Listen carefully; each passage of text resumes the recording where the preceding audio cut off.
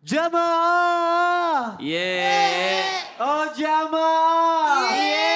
Alhamdulillah. Tepuk tangannya dong. Kita masih di Islam itu indah. Masya Allah. Tema kita masih sama juga ya. Pinjam dulu 100. Besok dibalikin. Langsung aja. Mau nanya sama Ustadz Maulana. Ustadz Maulana. Ustadz Maulana. Di sini, aku di sini. Ustadz Maulana. Tapi saya senang sama Bapak Kenapa? ini. Kenapa? Bapak ini baik. Masya Allah. Makasih. Tepuk tangannya lagi. Masya Allah. Ustadz. Banyak yang pinjam 100. Alasannya gak bawa dompet. Lupa bawa uang. Tapi gak dibalikin. Itu boleh gak berhutang dalam posisi seperti itu Ustadz? Ya, baik kita lanjutkan pembahasan yang sangat menarik sekali karena berkaitan dengan utang piutang. Dan yang paling berbahaya ketika utang piutang itu digampang-gampangkan. Ingat tulang ikan kecil yang tersangkut di tenggorokan. Batu-batu kecil yang bisa membuat orang jatuh ketika berkendaraan. Artinya apa? Jangan pernah memandang remeh perihal utang piutang. Meskipun menurut kita itu gampang. Gak usah jauh-jauh ibu-ibu. Pergi ambil sana di warung kan. Nanti bayar. Ya, tuh. Yang paling parah waktu musim minyak tanah. Bawa jirigen. Tapi tidak, maaf lupa bawa uang. Tapi tidak lupa bawa jirigen. Gak bawa tapi jirigennya dibawa. Sama. Itu sekarang Udah kan niat pakai ngutang. tabung gas yang berapa kilo itu? 3 3 kilo. Maaf, lupa bawa uang, tapi tidak lupa bawa tabung Tabung. kosong. Artinya memang ada niat untuk ngutang. Sebat. Apa kalau anak muda itu? Sebat.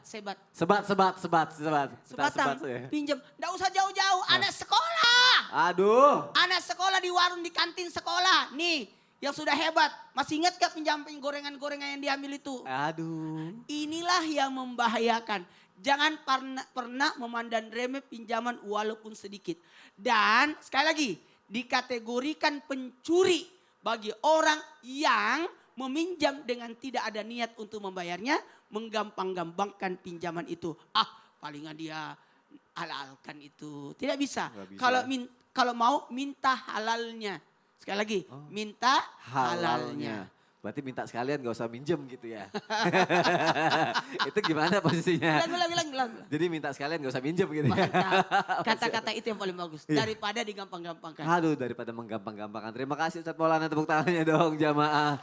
Semangat untuk belajar pagi hari ini ya, Masya Allah. Semoga abis ini udah gak ada lagi yang ngutang. Yang ngutang semuanya utangnya bayar semuanya, amin. Ini ada tayangan nih, keterbatasan ekonomi bukan halangan untuk bersedekah ya. Coba kita lihat tayangannya, silakan. Habib Muhammad Syahab. Siap. Aku mau ngebahas mengenai sedekah dan utang, Bib. Oke. Ada orang yang gak punya uang tapi dia tetap bersedekah. Itu Masya Allah. Masya Allah banget. Masya Allah ya. Tapi ada juga orang yang tidak punya uang juga, dia bersedekah tapi dia pinjam uang untuk berhutang. Dia berhutang untuk punya uang. Itu Tapi yang dia nggak Masya bersedekah. Allah. Itu yang gak Masya Allah. Jadi itu gimana Bib? Silakan Siap, Bib. kita bahas. Baik, sebelum artinya kita membahas ini sedikit ada tambahan sedikit saja apabila tadi yang berhutang yang menentukan tempo waktu yang bahasan saya tadi, yang berhutang nanti tanggal 30 saya bayar, kemudian dia tidak bayar. Nah, itu berhak bagi orang yang memberikan hutang untuk menagih. Apabila dia masih kesusahan boleh juga ditambahkan batas waktu. Kedua, seperti menyambung apa yang dikatakan Ustaz Maulana, ada orang yang biasa nggak bawa uang, tapi uangnya banyak. Jadi kalau jalan misalnya sama kita, pakai dulu dong. Banyak kan begitu kan? Iya. Pakai dulu. Padahal kan dia punya uang. Nah itu tidak bagus. Kadang-kadang pas pulang ke rumah 2 minggu lagi, 3 minggu lagi baru bayar. Walaupun kita yakin dia bayar, tapi ini kebiasaan yang tidak bagus. Kemudian kalau orang berhutang diantaranya adabnya kalau belum mampu bayar telepon, WA, SMS, kabarin. Oh saya belum bisa bayar hutang. Ini masalahnya belum bisa bayar kabur-kaburan. Waktu mau minjem rajin telepon. Ketika mau nggak bisa bayar nggak telepon-telepon. Bahkan telepon kita pun tidak diangkat. Ini sekalian curhat ya. Enggak, artinya memang seperti itu ini kebiasaan orang zaman sekarang ya. Minjemnya gampang, bayarnya susah. Nah ini juga kemudian orang nih dalam keadaan sulit. Ini dianjurkan sebenarnya. Nabi itu sangat menganjurkan orang bersedekah walaupun dalam keadaan sulit. Catatan nih, Nabi SAW itu sampai berkata kepada sahabat-sahabatnya, kalian itu dianjurkan bersedekah walaupun lagi dalam keadaan kesulitan. Tapi bukan ketika mau dia makan baru berhutang dulu, itu yang tidak boleh. Dia dalam keadaan sulit, tapi dia bisa masih makan dalam keadaan sulit, tapi dia tidak berhutang. Kemudian dia bersedekah. Boleh atau tidak? Boleh, dan itu sangat bagus. Yang kurang baik dia bersedekah bisa, tapi ketika makan untuk dirinya dan keluarganya, dia berhutang. Ini yang kurang bagus, karena tubuh kita juga punya hak, keluarga kita juga punya hak untuk dinafkahi. Dan sedekah itu dianjurkan juga. Ada seorang nanya sama Nabi, wahai Rasul, enak sekali orang kaya itu, dia banyak ibadahnya, sampai mereka sholat, kami sholat, mereka berpuasa, kami berpuasa, mereka bersedekah, kami tidak bisa bersedekah. Kenapa? Karena kami tidak punya uang. Kata Nabi, jangan khawatir, sedekah bukan hanya dengan uang. Kalian bertakbir, takbir, Allahu Akbar, itu sama dengan mendapatkan pahala sedekah. Kalian bertahmid, Alhamdulillah, Alhamdulillah, itu mendapatkan pahala sedekah. Yang kurang bagus, orang mampu sedekah, cuma takbir doang, Allahu Akbar. Nah, dia tidak mau bersedekah, apa katanya juga papat pahala sedekah. Itu pelit ya berarti. Pelit itu namanya. Masya Allah, terima kasih Habib untuk Baik. penjelasannya, Masya Allah. Silakan duduk Habib, Baik. tepuk tangan untuk kita semua, Masya Allah. Tuh, jadi pilihannya mau jadi orang yang pelit apa enggak, mau bersedekah tapi harus juga ada uangnya untuk melakukannya juga ya. Baik, sekarang aku mau kasih kesempatan lagi untuk jamaah yang ada di studio, nanya lagi ya. Kita masuk lagi yuk ke segmen, Tanya Dong Ustadz. Kami semua tanya dong Ustaz. Yang mau nanya boleh angkat tangannya. Angkat. Tadi sebelah situ sudah ya. Sebelah sini, Ibu ya. Tangan aja, jangan dua-dua. Kalau dua-dua nyerah. Angkat, Ibu ya. Silakan Ibu, namanya siapa, dari mana? Oh, ada, oke. Boleh berdiri Ibu. Assalamualaikum warahmatullahi wabarakatuh. Waalaikumsalam warahmatullahi wabarakatuh. Nama saya Haja Sana dari Majelis Taklim Nursalam Cirebon. Bertanya dong Ustadz, apakah boleh orang pemberi pinjaman diniatkan buat bayar zakat? Karena orang yang meminjam sangat susah bayarnya tuh, kalau dicari malah ngilang dihubungi itu. Aduh, terima kasih Ibu untuk sudah bertanya ya Bu ya. Iya. Tepuk tangan dong. Masya Allah, boleh kembali lagi duduk. Terima kasih Pak Ustadz. Terima kasih, dijawab melalui tausiah ya. Ustadz siap ya? Baik, Silakan Ustadz. Habib guru-guruku, jamaah di rumah, kita buka dulu Al-Quran surah Al-Baqarah ayat 267. A'udzu billahi minasy syaithanir rajim. Bismillahirrahmanirrahim. Ya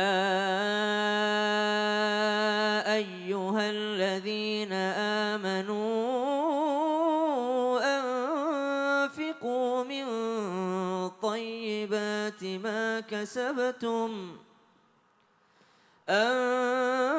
أنفقوا من طيبات ما كسبتم ومما أخرجنا لكم من الأرض ولا تيمموا الخبيث منه تنفقون ولستم بآخذيه إلا أن تغمضوا فيه واعلموا أن الله غني حميد. Dalam Al-Quran Allah Subhanahu wa Ta'ala memerintahkan bagi orang-orang yang berikrar ataupun mengaku dirinya beriman agar mengeluarkan yang baik-baik dari hartanya. Dan permasalahan yang ditanyakan oleh ibu tadi, bolehkah seseorang yang memberikan hutang kepada orang lain lalu melihat keadaan orang tersebut ternyata tidak sanggup membayar hutang atau dalam keadaan sangat sulit membayar hutang, lalu ternyata ya udah deh kalau gitu saya anggap zakat aja kali ya yang itu ya. Saya anggap saya niatkan zakat aja lah itu ya. Nggak usah lah dia bayar hutang, tapi saya anggap saya sudah bayar zakat tahun ini untuk zakat harta saya. Maka menurut pendapat mayoritas ulama dari mazhab Syafi'i dan mazhab yang lainnya, maka hal tersebut tidaklah sah. Kenapa tidak sah? Karena tidak ada qabd di dalamnya. Tidak ada serah terima, tidak ada pengambilan dan penyerahan. Tidak ada pengambilan dan penyerahan. Sedangkan syarat daripada zakat itu ada pengambilan kemudian penyerahan. Tapi di antara yang lainnya ada ulama dari mazhab Syafi'i juga. Di antaranya Imam Atha dan Imam Al-Hasan Al-Basri mengatakan itu sah-sah saja dilakukan. Tapi mayoritas mengatakan tidak sah. Apa dalil daripada mereka yang mengatakan tidak sah? Ayat yang tadi. Apa yang dikatakan? Berikanlah yang baik-baik daripada hartamu untuk dikeluarkan. Sedangkan orang yang menganggap hutang tadi adalah bagian daripada zakatnya, itu bukanlah mengambil dari yang terbaik dari hartanya untuk dikeluarkan. Kalau mau solusinya seperti ini, menurut Profesor Dr. Muhammad Az-Zuhaili ya dalam kitab beliau Al-Mu'tamad fi Fiqh Syafi'i ya kesepakatan ataupun yang disepakati dalam Fiqh Syafi'i ada yang mengatakan bahwasanya memang tidak sah demikian. Kalau mau yang memberikan hutang tadi ngasih dulu kepada orang yang berhutang tadi, atau dia memberikan daripada orang yang berhutang ini datang kepada orang yang ngasih hutang, dia pinjam dari orang lain dulu. Lalu dia kembalikan hutangnya. Misal dia punya hutang 1 juta. Dia pinjam dari orang lain 1 juta lalu dia kembalikan kepada orang tersebut. Ini saya kembalikan tapi ini hasil hutang juga. Maka orang ini sudah ambil lalu dia mengatakan saya kembalikan lagi kepadamu dengan hitungan zakat. Maka saya anggap lunas hutangmu gitu. Jadi harus ada penyerahan, pengambilan dan penyerahan. Qabd istilahnya kalau dalam istilah. Jadi nggak bisa sembarangan kayak gitu aja. Nggak boleh Zakat apa segala macam. Ya udah enggak ganti akad, ganti niat. Nggak bisa ya. Siap. Terima kasih Ustaz ya untuk Sama-sama. jawabannya dan semoga terjawab ya Bu ya. Masya Allah, tepuk tangannya dong untuk ibu yang sudah bertanya. Masya Allah. Yang mau nanya boleh angkat tangan lagi. Boleh angkat tangan lagi. Siapa? Ya, ibu ya. Silakan Bu. Ibu namanya siapa Bu? Mau nanya apa Bu? Sini. Sini. Namanya siapa? Mau nanya apa? Hajah Amai. Iya, Haja Amai. Mau nanya apa? Bismillahirrahmanirrahim. Assalamualaikum warahmatullahi wabarakatuh. Waalaikumsalam warahmatullahi wabarakatuh. wabarakatuh. Bu, saya kayak orang mau diruqyah loh tadi Bu Tatapannya kayak itu begitu. loh. Saya pikir saya mau diruqyah Saya tadi. mau nanya Pak Ustadz. Iya. Kan saya Amin, ya Allah, amin. Apa?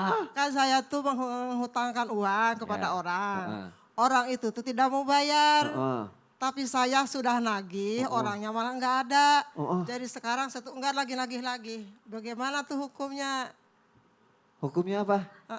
Saya dosa enggak nagih. Gini Bu, Ibu tarik nafas, tahan dulu. Setelah yang satu ini ya, jangan kemana-mana, tetap di Islam Woi, itu jangan indah. suruh tahan orang. Keluarin nafasnya. Jamaah, alhamdulillah. Alhamdulillah.